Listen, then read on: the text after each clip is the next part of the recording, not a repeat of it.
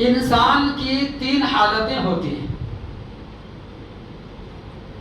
ایک حالت یا تو انسان کھڑا ہوا ہے، دوسری حالت یا تو انسان بیٹھا ہوا ہے، تیسری حالت یا تو انسان لیٹا ہوا ہے.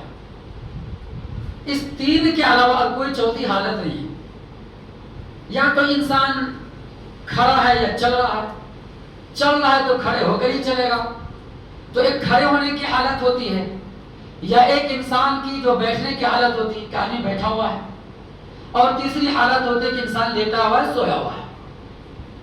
ان 3 حالتوں میں اللہ تبارک و تعالی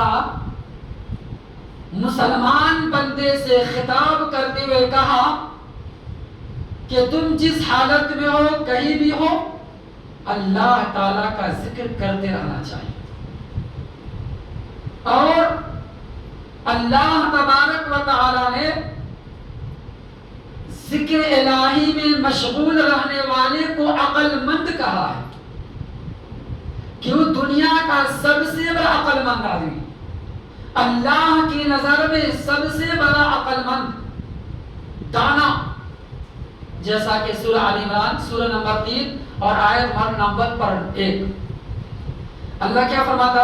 ان فی خلق السماوات والارض واختلاف اللیل والنہار لآیات لأولی الالباب الذین یذکرون اللہ قیاما وقعودا وعلی جنوبہم ويتفكرون في خلق السماوات والأرض ربنا ما خلقت هذا باطلا سبحانك فقنا عذاب النار. اللہ تعالیٰ اس آیت کریمہ میں عقل مند آدمی کی صفت بیان کی کہ عقل مند آدمی کون؟ یہ وہ عقل مند آدمی ہے جو اللہ تبارک و تعالیٰ کی پیدا کردہ چیزوں کے اندر غور و فکر کرتے ہیں. آسمان کی تخلیق میں یا زمین کی تخلیق میں یا سورج چاند پیڑ پودے حجر شجر پانی جو بھی ہو، ہر ایک چیز کے اندر وہ غور و فکر کرتے ہیں اور اللہ کی نشانیوں کو، اللہ کی عظمت کو وہ تلاش کرتے ہیں. انہی لوگوں کے بارے میں اللہ تعالیٰ تعریف کرتے ہوئے بیان کرتا ہے لآیات لأولی الالباب، کہ یہ لوگ عقل مند ہیں، ہوشیار ہیں. دیکھو، ایک ہوتا انسان دنیا کی نظر میں عقل مند اور ایک ہے اللہ کی نظر میں عقل مند. تو ہم مسلمان بندے کو کیا چاہیے؟ اللہ کی نظر میں عقل مند. بھلی دنیا کی نظر بیوقوف سے چلے گا، دنیا والے پاگل بولے، بیوقوف بولے، مجنون بولے، کچھ بھی بولے، وہ سب چلتا، لیکن اللہ تعالیٰ نہ بولے، اللہ تعریف کرے، اللہ بڑائی بیان کرے، اللہ تعالیٰ جو ہے ان کی شان عظمت کو بیان کرے، وہ سب سے بڑا آدمی ہے. تو اللہ نے اس آیت کریمہ میں سب سے پہلے نمبر پر جن کو عقل مند کہا ہے وہ کون لوگ ہیں؟ الذین یذکرون اللہ قیاما وقعودا وعلی جنوبہم. یہ وہ لوگ ہیں جو اللہ تعالیٰ کا ذکر کثرت سے کرتے ہیں، اللہ کو یاد کرتے ہیں. کیسے؟ کھڑے ہونے کی حالت میں، بیٹھے ہونے کی حالت میں، لیٹے ہوئے کی حالت میں، اپنے پہلوؤں کے بعد سوئے ہوئے ہیں، اس حالت میں اللہ تعالیٰ کو یاد کرتے ہیں اور غور و فکر کرتے ہیں آسمان کی تخلیق، زمین کی تخلیق، اس کی پیدائش میں. تو فوراً کہہ بیٹھتے ہیں ربنا ما خلقت هذا باطلا، اے ہمارے پروردگار، تو نے ان تمام چیزوں کو بیکار، بے عبث، لا یعنی بے فائدہ پیدا نہیں کیا، بلکہ جن جن چیزوں کو تو نے پیدا کیا ہے اس کا مقصد ہے، اس کا فائدہ ہے، اس کی علامت ہے، اس کی حکمت ہے، اس کی مصلحت ہے. بغیر مصلحت کے کوئی چیز تو نے ایسا پیدا نہیں کیا. اس لیے اے اللہ تو ہمیں جہنم کے عذاب سے بچا لے، فقنا عذاب النار، دوزخ کی آگ سے بچا لے. گویا کہ اللہ تبارک و تعالیٰ کی پیدا کی چیزوں میں غور و فکر کرنا بھی ذکر میں شامل ہے. تو آج خطبہ جمعہ کا عنوان ہی یہی ہے، ذکر الہی کی فضیلت اور اس کی اہمیت اور اس کے فائدے کیا ہیں اور اس کی زندگی میں اثرات کیا ہیں۔ دیکھو یہ عنوان بہت لمبا ہے، بہت بڑا ہے، اب ساری اس عنوان پر تفصیل کے ساتھ ایک خطبہ جمعہ میں تو ہو نہیں سکتا، ہرگز نہیں ہو سکتا، انشاءاللہ پھر کبھی کسی موقع پر بیان کیا جائے گا، لیکن مختصر طور پر جو اہم باتیں وہ بیان کر دیتا ہوں۔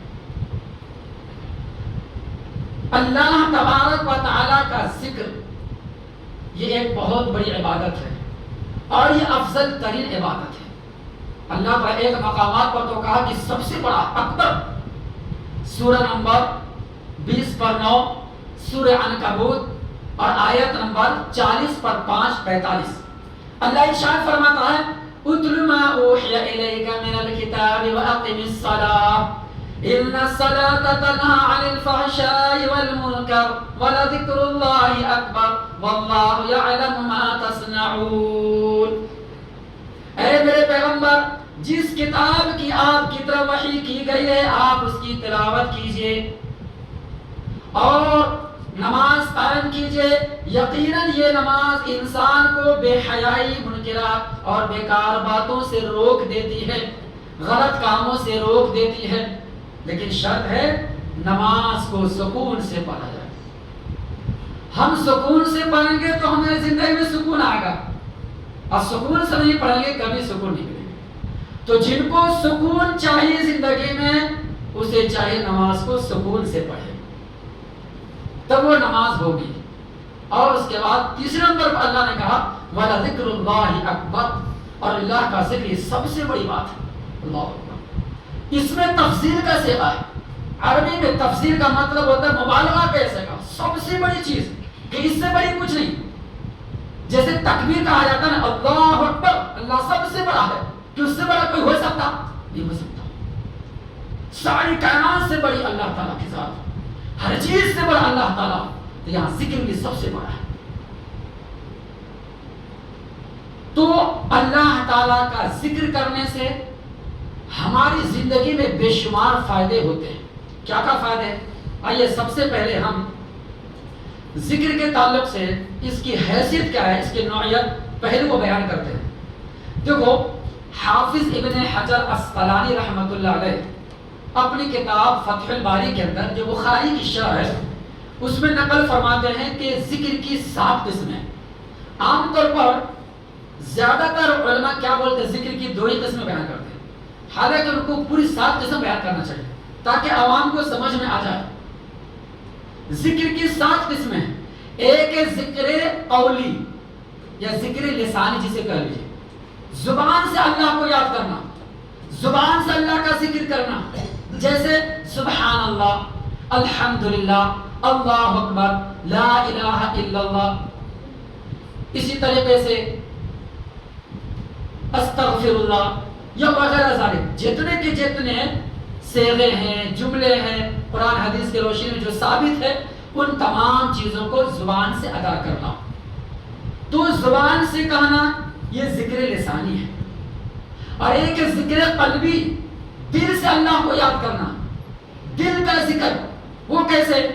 ابھی میں نے بتایا نا کہ اللہ تعالیٰ کی بڑائی اور عظمت کو دل میں بیٹھانا اور اللہ تعالیٰ کی پیدا ہوئی چیزوں کے اندر غور و فکر کرنا، دل میں اللہ کی محبت پیدا کرنا، اللہ کا خوف پیدا کرنا، اللہ کی شان عظمت و جلال کا تصور رکھنا، جنت کا تصور رکھنا دلوں کے اندر، جہنم کا تصور رکھنا کہ اللہ نے جہنم کو نافرمانوں کے لیے پیدا کیا اور بنایا، جنت اللہ تعالیٰ نے فرما برداروں کے لیے بنایا۔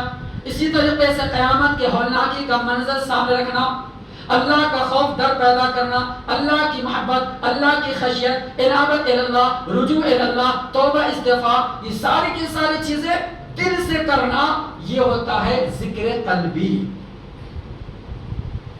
اور ذکر کی تیسری قسم ہے ذکر بدنی، بدن سے اللہ کا ذکر کرنا، ذکر جسمانی، جسم کے ذریعے سے، یعنی جسم کے جو اعضاء جوارح ہے نا، اس کے ذریعے سے اللہ کو یاد کرنا، اللہ کا ذکر کرنا، یہ ذکر بدنی ہے۔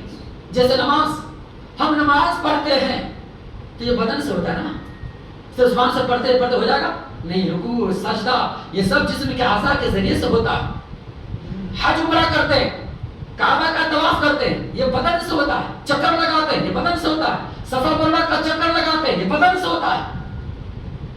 تو یہ سب ہوتا ہے ذکر بدنی، بدن کے ذریعے، جسم کے اعضاء کے ذریعے سے اللہ کو یاد کرنا۔ اسی وجہ سے اللہ تعالیٰ قرآن مجید کے اندر نماز کو بھی ذکر کہا ہے، فَاسْعَوْا إِلَىٰ ذِكْرِ اللَّهِ وَذَرُوا الْبَيْعَ۔ کہ اے ایمان والو، جب جمعہ کی نماز کے اذان کہہ دی جائے تو اپنے سارے کے سارے کاروبار کو چھوڑ ڈالو۔ اب اس کا یہ مطلب نہیں کہ اذان ہونے کے بعد دکان بند کر کے آنا، ارے خطبہ شروع ہو جائے گا پھر رجسٹر بند کر دیں گے تمہارا نام نہیں آئے گا، بلکہ یہ ایک پس منظر کے تحت آیت اتری تھی، ایک خاص واقعے کے تحت۔ وہ واقعہ یہ تھا کہ نبی اکرم صلی اللہ علیہ وسلم ایک دفعہ جمعہ کا خطبہ دینے کے لیے ممبر پر چڑھے، تو اذان ہوتے ہی آپ خطبہ شروع کریں۔ جیسے خطبہ دینے تو کچھ لوگ کیا کرے کہ مسجد کے باہر کھڑے ہو کر دنیا کی باتیں کر رہے تھے، مسجد کے پاس دروازے پہ، اور خرید و فروخت کے بارے میں بیان کر رہے تھے، آپس میں چرچا کر رہے تھے۔ تو ایسے موقع پر قرآن مجید کی یہ آیت اتر کر نبی اکرم صلی اللہ علیہ وسلم نے فوراً ان لوگوں سے کہا کہ مسلمانوں، وَذَرُوا الْبَيْعَ، خرید و فروخت کو چھوڑو، دھندے کاروبار کو چھوڑو۔ جیسے اذان ہو جائے، یا ایھا الذین آمنوا اذا نودی للصلاۃ من یوم الجمعۃ فاسعوا الی ذکر اللہ۔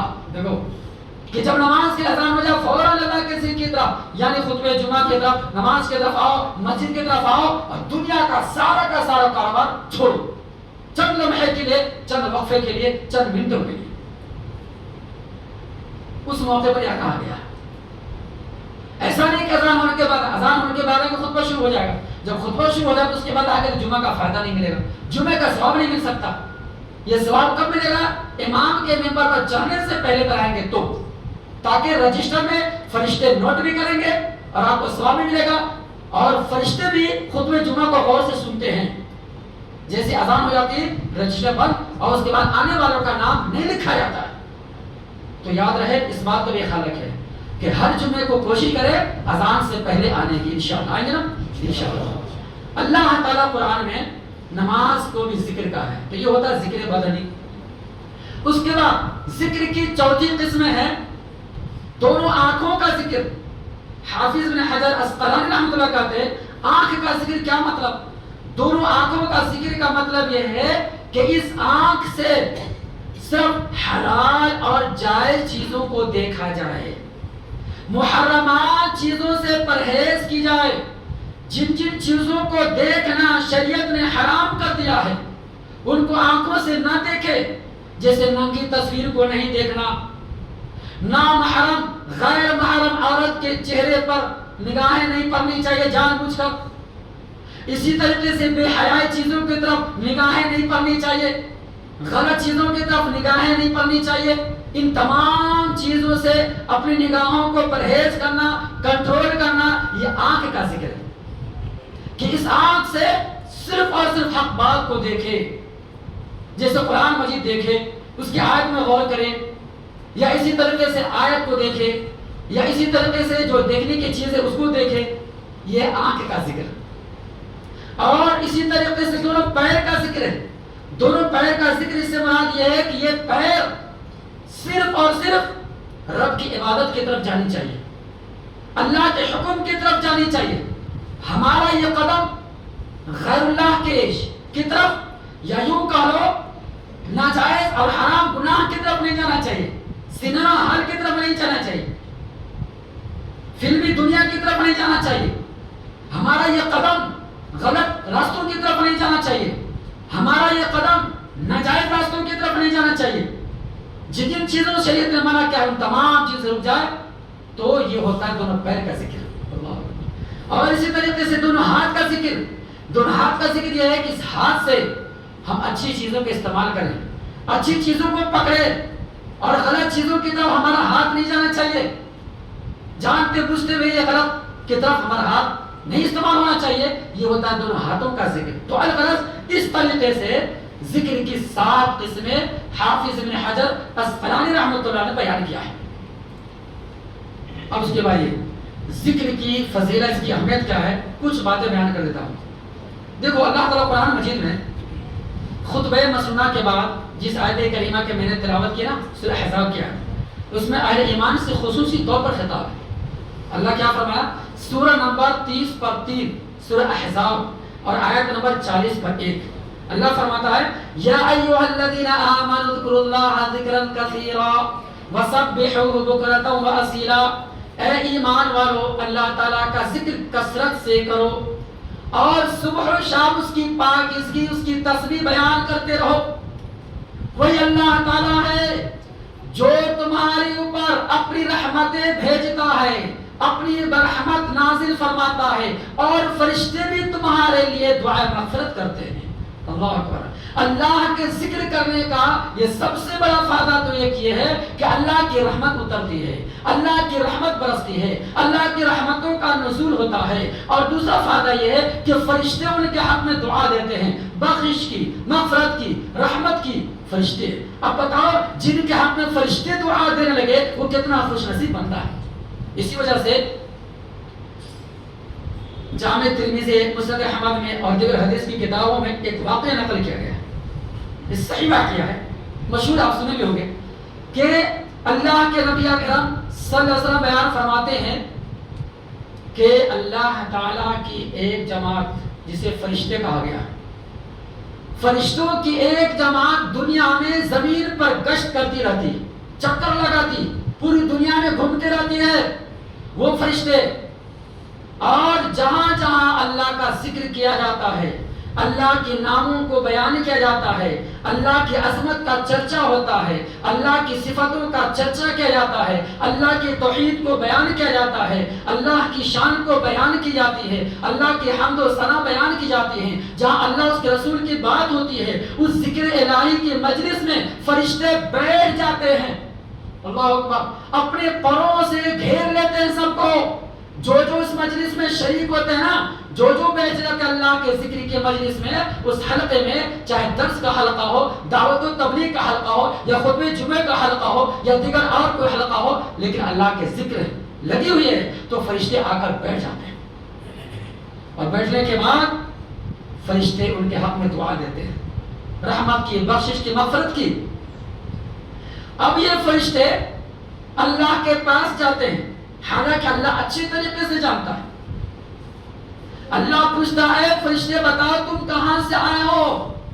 فرشتے جواب میں کہتے ہیں اے اللہ میں تیرے نیک بندے کے پاس گیا ہوں جو تیرا ذکر کر رہے تھے، ایسے بندے کے مجلس میں بیٹھ کر آیا ہوں جو تیرا نام لے رہے تھے، تیری عظمت کو بیان کر رہے تھے، تیری توحید کو بیان کر رہے تھے، رسول کی رسالت کو بیان کر رہے تھے، اور اسلام کی باتیں بیان کر رہے تھے۔ تو اللہ پوچھتا ہے اے فرشتے بتا میرے بندے کیا چاہتے ہیں، کیا مانگتے ہیں، کیا سوال کرتے تھے؟ تو فرشتے کہتے ہیں اے اللہ تیرے بندے تو پوچھتے ہیں کہ اے اللہ مجھے جنت چاہیے، اے اللہ مجھے جنت میں داخل کر دے۔ تو اللہ پھر جواب میں کہتا فرشتے میرے بندے نے تو جنت دیکھا نہیں، اگر جنت دیکھ لیتے تو کیا ہوتا؟ تو فرشتے کہتے ہیں اللہ تو ہی بتا۔ تو کہتا ہے کہ اگر وہ جنت دیکھ لیتے تو اور زیادہ جنت میں داخل اور جنت میں جانے کا شوق اور رغبت پیدا کر کے کثرت سے دعا مانگتے، زیادہ سے زیادہ دعا مانگتے۔ پھر اللہ پوچھتا ہے اور کیا کر رہے تھے میرے بندے؟ تو فرشتے جواب میں کہتا ہے تیرے بندے جہنم سے پناہ مانگ رہے تھے، پھر عذاب سے پناہ طلب کر رہے تھے۔ اللہ پوچھتا ہے فرشتے کیا انہوں نے دوزخ کو دیکھا ہے؟ کہا نہیں دیکھا ہے، دیکھ لیتے تو کیا ہوتا؟ تو جواب میں کہا جاتا ہے کہ اگر وہ جہنم کی ہولناکی کو، اس کے منظر کو دیکھ لیتے اور اس سے زیادہ جہنم کی آگ سے پناہ مانگتے، اور کبھی زندگی میں اس کو چین سکون نہیں آتا، ہمیشہ اللہ کا ڈر اور خوف اس کی زندگی میں سمایا رہتا۔ اس کے بعد آخر میں اللہ تعالیٰ کہتا ہے اے فرشتے تو گواہ رہنا، جاؤ اس مجلس میں جتنے کے جتنے بندے بیٹھے ہوئے تھے میں نے ان سب کو معاف کر دیا ہے، سب کو بخش دیا ہے۔ اللہ اکبر۔ تو فرشتے جواب میں کہتا ہے اللہ میں نے دیکھا ایک بندہ وہ بھی ہے جو دنیاوی غرض سے آیا تھا، اس کی نیت نہیں تھی دین سیکھنا یا دین سمجھنا یا اللہ کے ذکر میں بیٹھنا، اللہ کی عظمت شان کو سننے کی نیت سے نہیں آیا تھا۔ وہ اچانک کسی کام سے آ گیا تھا، دنیاوی کام سے ملنے کے لیے، تو دیکھا آدمی اندر بیٹھا ہوا تو چپکے سے بیٹھ گیا اور کوئی نہیں۔ تو اللہ جواب میں کہتا ہے فرشتے یہ ایسی مجلس ہے ذکر الہی کی، اللہ اکبر، کہ اس مجلس میں بیٹھنے والے چاہے جو جس نیت سے بیٹھے اللہ تعالیٰ اس کے ذریعے سے ان کو بھی گناہ کو معاف فرما دیتا ہے۔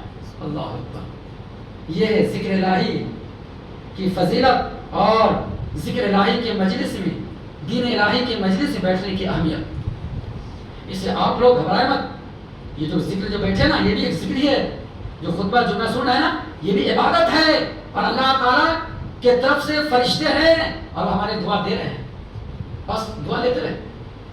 اسی طریقے سے اللہ تعالیٰ کے ذکر کی اہمیت فضیلت کو بیان کرتے ہوئے اللہ تعالیٰ قرآن میں ایک اور مقامات پر بیان فرماتا ہے کہ دیکھو جو میرا ذکر کرے گا نا میں بھی اسے یاد کروں گا۔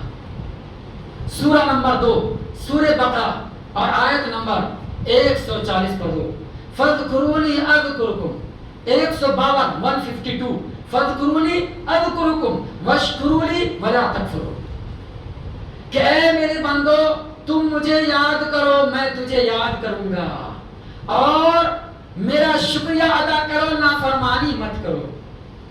دیکھو یعنی اس آیت کریمہ میں اللہ نے خصوصی طور پر ذکر والوں کی ایک مقام، ذکر والوں کی ایک فضیلت بیان کی ہے کہ جو مجھ کو یاد کرے گا میں بھی اسے یاد کروں گا۔ اس آیت کریمہ کی تشریح کرتے ہوئے حافظ ابن کثیر رحمۃ اللہ علیہ اور دیگر مفسرین بیان کرتے ہیں، ایک حدیث لاتے ہیں جو واقعہ جو صحیح حدیث ہے، کہتے ہیں کہ اللہ کے نبی اکرم صلی اللہ علیہ وسلم ارشاد فرماتے ہیں کہ اللہ تعالیٰ فرماتا ہے، دیکھو یعنی حدیث قدسی، اللہ فرماتا ہے انا عند ظن عبدی بی، کہ میں اپنے بندے کے گمان کے مطابق رہتا ہوں، میرا بندہ مجھ سے جیسا گمان کرے اس گمان کے مطابق، اگر میرے بندے کا گمان میرے بارے میں اگر صحیح ہوگا تو میں بھی ان کا گمان صحیح رکھوں گا، اگر غلط گمان ہوگا، غلط نظریہ یعنی غلط عقیدہ، تو اللہ کہتا ہم بھی اس کے تعلق سے غلط بات رکھیں، ہم بھی اس کو سزا دیں گے جہنم میں۔ تو اللہ تعالیٰ سے ہمیشہ حسن ظن اور اچھا گمان رکھنا چاہیے، یہ قرآن کی آیت اور نبی کی حدیث سے بھی ثابت ہے، ہمیشہ مرتے دم تک حسن ظن کا معاملہ اللہ سے ہونا چاہیے، بہترین گمان، اچھا گمان، اس لیے کہ اللہ بندے کے گمان کے مطابق ہوتا ہے۔ یہاں تک کہ اللہ فرماتا ہے کہ اگر میرا بندہ مجھ کو جی میں یاد کرتا ہے، اپنے دل میں یاد کرتا ہے، تو میں بھی اس کو اپنے جی میں یاد کرتا ہوں اللہ۔ اور اگر میرا بندہ مجھ کو بھری مجلس میں اگر یاد کرتا ہے، لوگوں کے مجمع میں یاد کرتا ہے، لوگوں کے سامنے میرا ذکر کرتا ہے، تو میں اس سے بہتر مجلس، اس سے بہتر فضیلت والا جو ہے فرشتوں کے مجلس میں میں ان کو یاد کرتا ہوں، میں ان کا چرچا کرتا ہوں، میں ان کا یاد نام لیتا ہوں، یہاں تک کہ ان کا نام پوری دنیا کے اندر پھیل جاتا ہے۔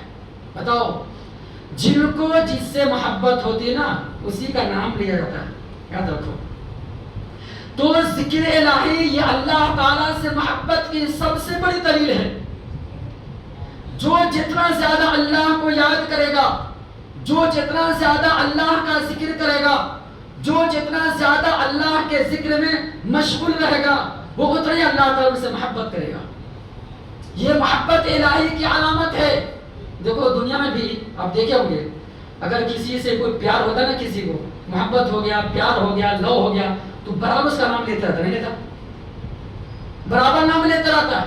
لیلا مجنون کا واقعہ سنے ہو نا، بولنے کی ضرورت نہیں، ہمیشہ نام لیتے رہتے، نہیں چلو تبھی ان کا نام، بیٹھا تبھی ان کا نام، لیٹا تبھی ان کا نام، ارے سویا تبھی نام، خواب بھی ان کا نام، سپنے میں ان کا نام لے رہے، ہر جگہ نام ہی لیلا مجنون۔ کیا ہے دیکھو، تو دنیا والوں کا حال ایسا ہے کہ کسی سے اگر محبت ہوتی ہے ہمیشہ ان کا نام لیتا ہے۔ تو ہم کو تو چاہیے اللہ تعالیٰ سے سب سے زیادہ محبت، اللہ سے سب سے زیادہ محبت ہونا چاہیے ہم کو اللہ کا سب سے زیادہ نام لینا چاہیے، ہر وقت چلتے پھرتے اٹھتے بیٹھتے لیٹتے ہر وقت اللہ کا نام لینا چاہیے، اس لیے کہ ہم اللہ کے بندے ہیں، ہم کو اللہ سے پیار ہے، اور جن کو اللہ سے پیار ہوتا ہے نا اللہ بھی ان سے پیار کرتا ہے۔ یاد رکھو، اسی وجہ سے صحیح بخاری کی روایت اللہ کے نبی اکرم صلی اللہ علیہ وسلم بیان فرماتے ہیں، سید عائشہ صدیقہ رضی اللہ عنہا حدیث کرامی کہتی ہیں یذکر اللہ علی کل احیان، اللہ کے نبی اکرم صلی اللہ علیہ وسلم ہر وقت ہر آن ہر لمحہ اللہ کو یاد کرتے تھے، اللہ کا ذکر کرتے تھے۔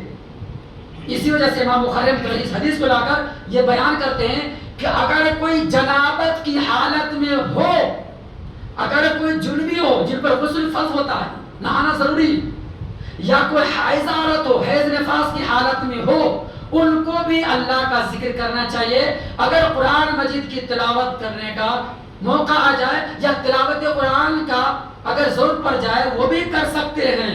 دلیل یہی حدیث ہے، کوئی یہ نہ کہے کہ ناپاکی کی حالت میں اللہ کا ذکر نہیں کرنا، غلط۔ اگر ایسی بات ہوتی تو امام بخاری رحمۃ اللہ علیہ فتویٰ نقل فرماتے ہیں اور دلیل بھی حدیث لاتے ہیں اور قرآن مجید کو آیت بھی لاتے ہیں، اور اس طرح سے ایک اور حدیث اس کو بھی لاتے ہیں جس سے صاف ظاہر ہوتا ہے کہ جنابت کی حالت میں تب بھی ہم اللہ کا ذکر کر سکتے ہیں۔ کوئی عورت حیضہ نفاس کی حالت میں وہ بھی اللہ کا ذکر کر سکتی ہے۔ اس کے لیے اللہ کے ذکر کے لیے وضو ہونا شرط نہیں ہے، پاکی ہونا شرط نہیں ہے، صرف نماز کے لیے وضو شرط ہے، نماز کے لیے پاکی ہونا شرط ہے، باقی اور ذکر کے لیے دعا کے لیے یہ وضو ہونا شرط نہیں ہے۔ اگر ہمیشہ باوضو ہے اچھی بات ہے، الحمدللہ آپ کو وضو کا ثواب ملے گا، یہ سنت ہے، لیکن بغیر وضو کو بھی ہم اللہ کا نام لے سکتے ہیں۔ ابو موسیٰ اشعری رضی اللہ عنہ بیان کرتے ہیں ذکر کا ایک اور فائدہ بہت بڑا، صحیح بخاری کی روایت عن ابی موسیٰ الاشعری رضی اللہ عنہ قال قال رسول اللہ صلی اللہ علیہ وسلم مثل الذي يذكر ربه عز وجل والذي لا يذكر ربه كمثل الحي والمیت، جس کا مطلب یہ ہوا کہ اللہ کے نبی بیان فرماتے ہیں کہ جو لوگ اللہ کا ذکر کرتے ہیں، اللہ کو یاد کرتے ہیں، اللہ کو ہمیشہ نام اللہ کے نام کا ورد کرتے ہیں، اللہ کی عظمت کو بیان کرتے ہیں، تو وہ جو بندہ اللہ کا ذکر نہیں کرتا ہے یہ دونوں زندہ اور مردے کی طرح ہے۔ کیا مطلب؟ اگر کوئی اللہ کا ذکر کرے تو وہ زندہ ہے، جو اللہ کا ذکر نہ کرے وہ مردہ ہے۔ دیکھو چلتا پھرتا مردہ ہے، اس لیے کہ ایک ہوتا وہ آدمی جن کو اللہ نے آنکھیں دی، کانیں دی، پیر دیا، سب کچھ دیا، لیکن یہ آنکھ سے، اس کان سے، اس پیر سے اسلام کو کوئی فائدہ نہیں پہنچ رہا ہے، اسلام پہ عمل نہیں کر رہا ہے، تو بیکار ہے نا، یہ چلتا پھرتا مردہ ہے۔ ایسے لوگوں کے بارے میں قرآن نے کہا صم بکم عمی فہم لا یعقلون، صم بکم عمی فہم لا یرجعون، یہ بہرے ہیں، گونگے ہیں، اندھے ہیں، آنکھ ہے حق بات نہیں دیکھ سکتے، کان ہے حق بات نہیں سن سکتے، پیر ہے حق کی طرف ان کا قدم نہیں چلتا ہے، دل ہے لیکن حق بات نہیں سمجھ سکتے، یہ سب بیکار نہیں ہوا، مردے ہو گئے نا۔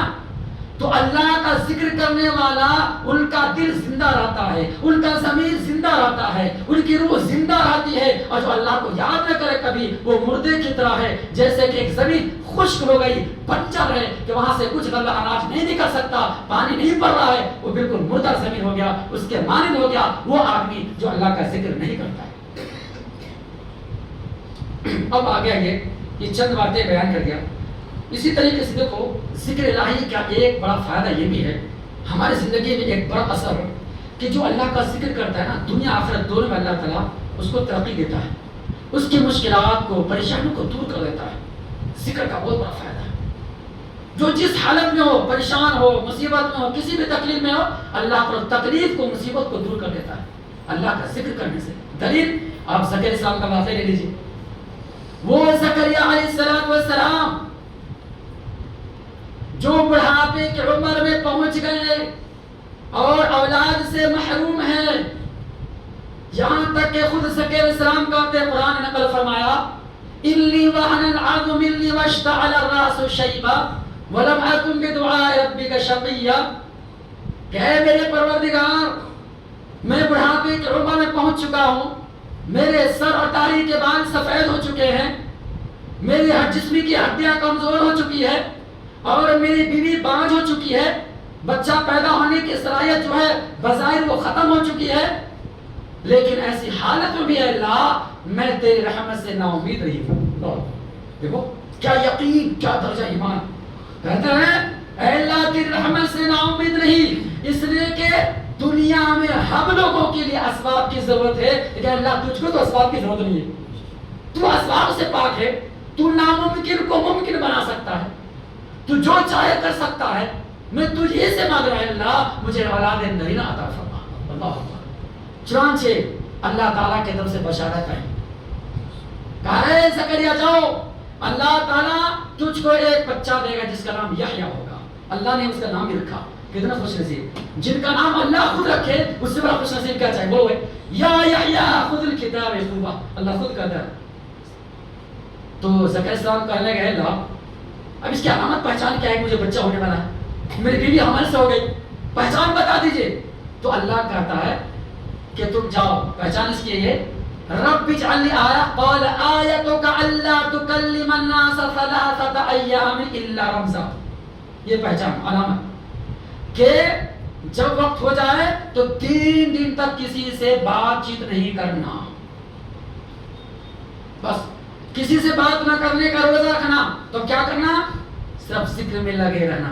اللہ نے کہا وَاذْكُرْ رَبَّكَ كَثِيرًا وَسَبِّحْ بِالْعَشِيِّ وَالْإِبْكَارِ، قرآن کہتا ہے اے زکریا ان 3 دن میں، بلکہ عام حالت بھی اور خصوصی طور پر ان 3 دن میں ہمیشہ تم اللہ کا ذکر کرتے رہنا، صبح شام چلتے پھرتے اٹھتے بیٹھتے، اور کسی سے کچھ بات نہیں کرنا ہے۔ دیکھو تو یہاں پر بھی اللہ تعالیٰ ایسے موقع پر ذکر الہی کی تلقین فرماتا ہے۔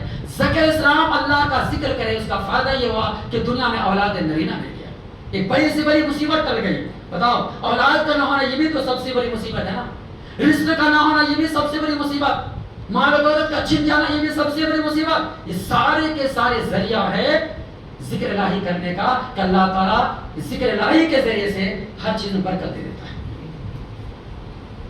اب آگے یہ وقت ہو رہا ہے، میں نہیں چاہتا بات کو لمبا کیا جائے کیونکہ ذکر کی اہمیت فضیلت بہت زیادہ ہے۔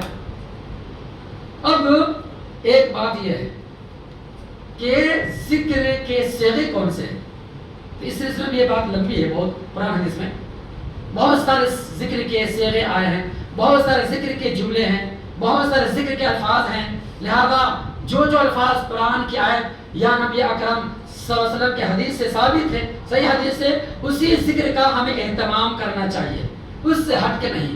کچھ ذکر تو ایسے ہوتے ہیں نا کہ اگر برابر اس کا ذکر کیا جائے تو اس کی فضیلت بہت زیادہ ہے، بے شمار فضیلت۔ ذکر چھوٹا، جملہ چھوٹا، صیغہ چھوٹا، لیکن فائدے بہت سارے ہیں۔ جیسے مثال کے طور پر ایک دلیل صحیح بخاری میں حدیث ہے، حدیث کے راوی سیدنا ابو ہریرہ رضی اللہ عنہ کہتے ہیں کہ اللہ کے نبی اکرم صلی اللہ علیہ وسلم بیان فرماتے ہیں کہ جو کوئی بندہ اس ذکر کو روزانہ صبح میں 100 دفعہ پڑھ لے، حالانکہ ہر کوئی جانتے ہوں گے تقریباً، لیکن اس کا معنی مطلب کیا، فضیلت کیا، وہ نہیں جانتے۔